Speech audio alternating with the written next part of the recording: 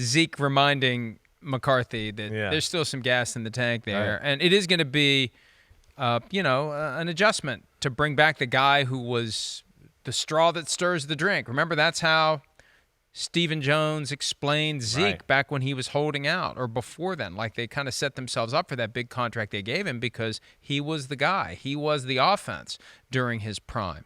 And now he's back. It's the same guy, but it's really a different skill set than when he had his best season ever as a rookie 8 years ago. Right. No, I mean, again, he was the man coming into the league. I mean, first off, that was a travesty. He should have been Rookie of the Year. He was the focal point of that offense, and the quarterback, Dak Prescott, got to get the Rookie of the Year because he was the quarterback. But, special. Was one of those guys that came in the league and right from his first carry, you're like, ooh, Zeke Elliott is arguably one of the best running backs in football as a rookie, hands down.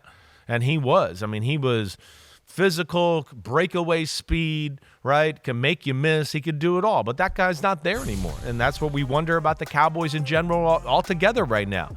It's just like, who are some guys that can make a play other than CeeDee Lamb?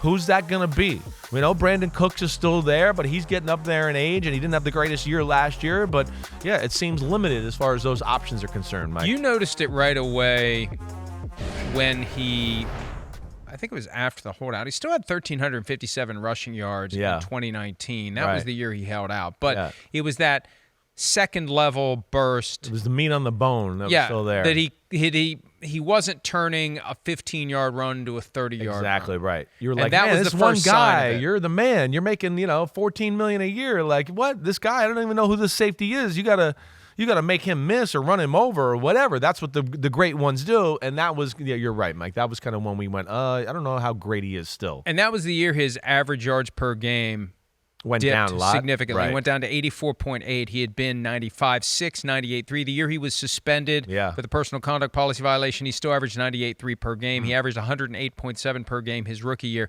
84.8 was the first sign. And then it's 65.3, 58.9, 58.4 last year.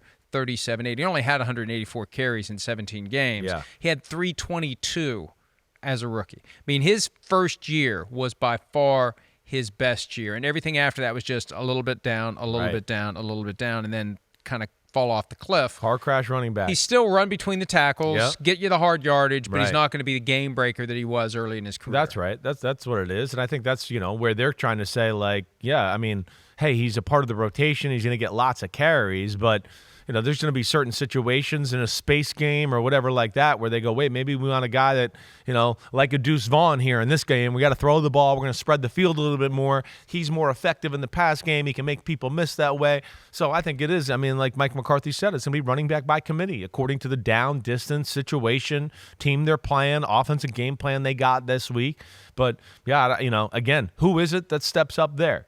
Right? There's some guys there that we know, been around the league a little bit, have had little moments of success, but I don't look at any of these running backs and go, ooh, this one's got a chance. This guy right here, I really don't know. And I'll be interested to see who it is that can kind of, show themselves as the guy in the backfield. I haven't thought about that. Let's hear from McCarthy on whether or not Elliott will indeed have a role similar to the one that he had during his initial stint with the Cowboys. I don't think that's fair. I mean, what do you mean? I mean, the guy carried the ball more than anybody in the history of football in the first couple of years. That's not going to be his role. We're running back by committee, but I think he'll definitely play at the level that he's played. I know my time here. I anticipate that. I don't see, any drop off in the way he moves. He's in good shape. I mean, that's not realistic because, as we said, he doesn't finish the way that he used to. Yeah. And that's been the case. Right. Well, he's saying since now. I've been here. Since right? I've been here. Right. Which so is that's true. Kind of that's true. you never saw he wasn't superstar there. Zeke. He saw him on the other sideline when he was in Green Bay. Right. Rico Dowdle is the other option who last year had 361 rushing yards, 89 carries, averaging 4.1 per attempt. Showed some stuff. And Deuce Vaughn was a great story because his dad's a scout, but was there ever a moment last year that we said, hey, there's a Deuce Vaughn play that you put on highlight and repeat? I think it was more like we were like, wow, he's actually playing. He's in the game. The biggest surprise was they had him working out with like Micah Parsons and somebody else. Yeah. And it's like, whose kid's working out with the grown-ups? Right. It's how small he is. Yeah. But it was a great story around draft time, but he's still got to prove that. and he's not going to be a between the tackles runner. No, he's going to be a the between the legs down, runner. Right. That's going to be, spread the field out, third down guy, maybe be a returner in the new kick return game, do all that.